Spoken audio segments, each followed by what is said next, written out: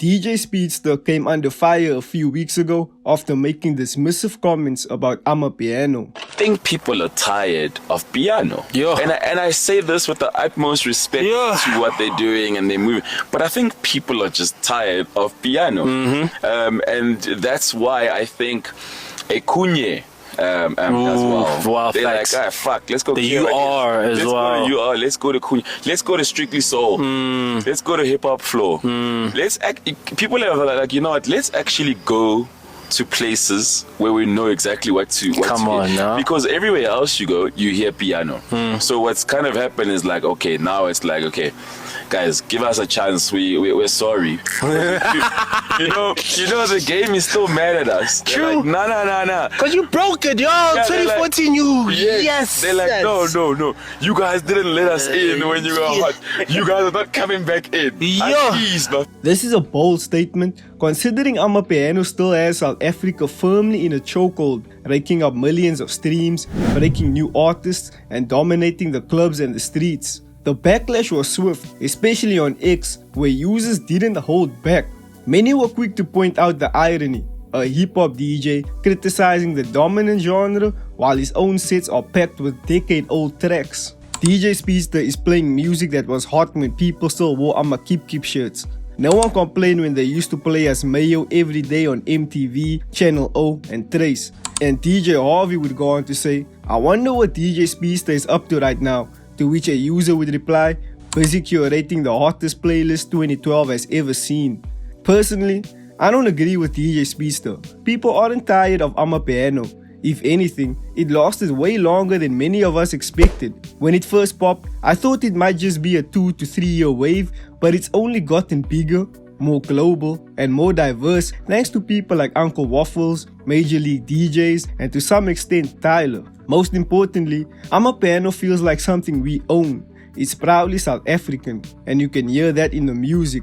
It's gone global, from Konka to Coachella, and part of why it hasn't fallen off is its flexibility. It has multiple moods from private school to skija, commercial to underground, without losing its identity. If anything, the only problem might be the oversaturation, but that's a topic for another day, another video.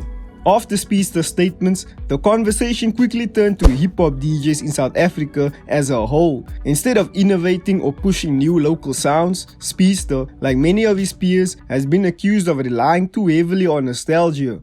The criticism stems more so from what he represents to a lot of people. A generation of DJs who haven't evolved with the times and who is now at the risk of being out of touch with the streets and risk killing the relevance of local hip-hop in the mainstream. Local influencer Tsahi would go on to address Speedsta directly on social media. At Speedsta bro, I heard you sit at Cosmopolitan, super dope, but you barely play new hip-hop. Do you have new hits in your USB that can shake the crowd like piano does? People are tired of the same hip-hop sets and definitely not piano. Many would agree with him. Hip-hop DJs are lazy AF, playing the same set for over 5 years. We are tired of hearing Bodak Yellow, Kelly Price, Moment for Life, All I Do Is Win, Motto, oh my god, please, make it stop. There's a gap in the SA hip-hop DJ market for DJs who actually like hip-hop, not ones who liked it over 10 years ago. This wasn't the first time South African hip-hop DJs caught heat. Last year, when Tyler brought out Gunner at Konka, a major moment by the way, a video went viral for all the wrong reasons. In the background, Kiss Me Through the Phone by Soulja Boy was playing. Yup, in 2024. Allegedly, DJ Milkshake was on the decks, and social media had a field day. People couldn't believe that with two global stars in the building, the DJ reached for a 15-year-old ringtone classic instead of something fresh, let alone something local. But why are they playing a song from 2009? Was there a shortage of songs from this decade? We need to shame this nigga embarrassing us in front of Warner at DJ Milkshake. What made things worse was, this wasn't even a one-off. The year before, DJ Milkshake was publicly called out by rapper Nadia Nakai for always spinning the same old classics from nearly 2 decades ago. And that moment was kind of huge because it wasn't just fans complaining anymore. It showed that even the artists themselves were fed up with mainstream DJs refusing to move forward. When the people making the music are frustrated, you know there's a disconnect. I'm so sick of you hip-hop DJs. I'm actually dropping hip-hop joints and you don't play the shit. Used to fight D about it too. At DJ Milkshake, I'm talking about you. How many times you gonna play All I Do Is Win? I know at DJ Double D sent you the DJ pack. Maybe the piano DJs love each other more, cause I've been fighting the hip-hop DJs for years. Even fought for Namin. That bitch got a plaque. I'm tired. Fuck all of you.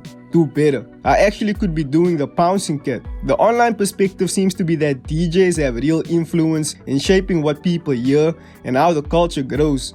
So when they keep leaning on the same throwbacks, it holds the entire scene back.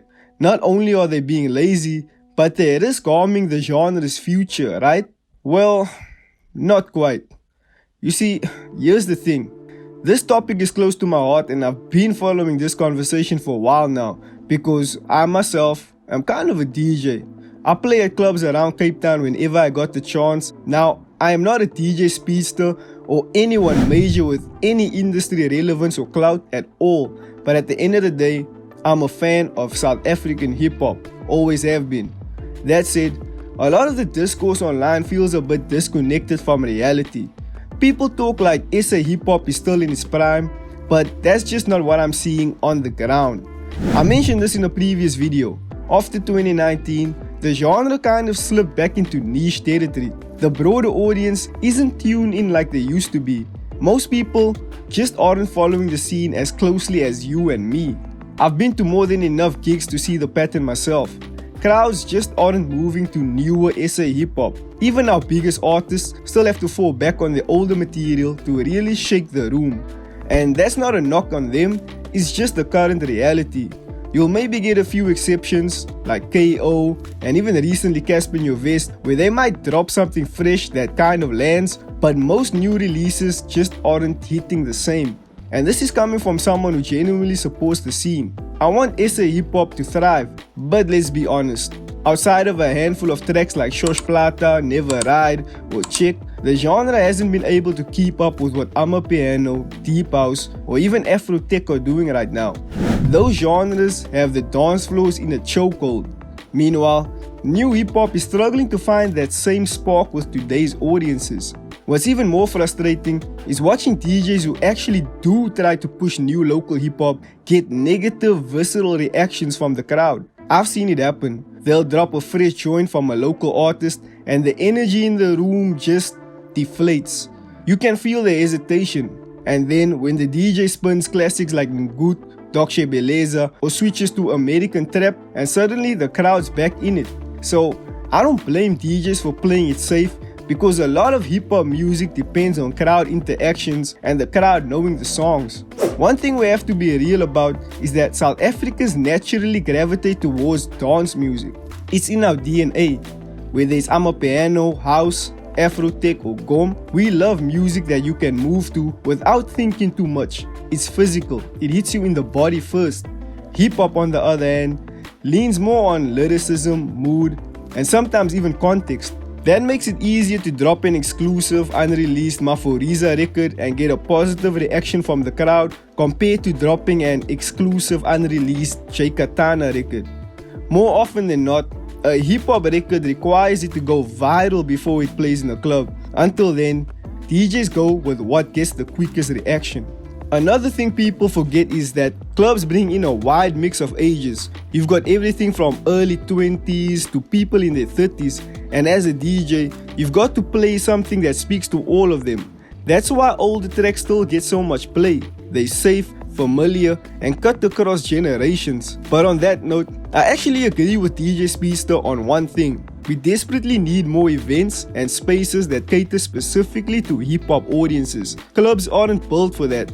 Even something like Cotton Fest, which was supposed to be a hip-hop celebration, now has Amapiano all over the lineup. No hate, but it just shows how limited the spaces are for rap to really thrive. We need to bring back platforms like Flexecution and Sneak Exchange, places where the music, the culture, and the crowd are actually aligned. At the end of the day, we can't just point fingers at DJs or promoters. The audience speaks. And right now, they're not connecting with the new stuff the way they used to. That doesn't mean hip-hop is dead, but it does mean we need to reevaluate.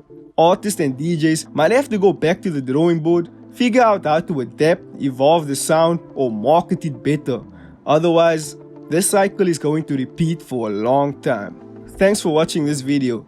This was kinda a quick one, just something that I wanted to get off my chest as someone who's been following this conversation. If you would like seeing more of these opinion-based videos, do let me know in the comments below. I've got a lot of new videos coming for this channel, so be sure to hit the like and the subscribe button so we can really take this to the next level. And until next time, this is the Trap House, signing out.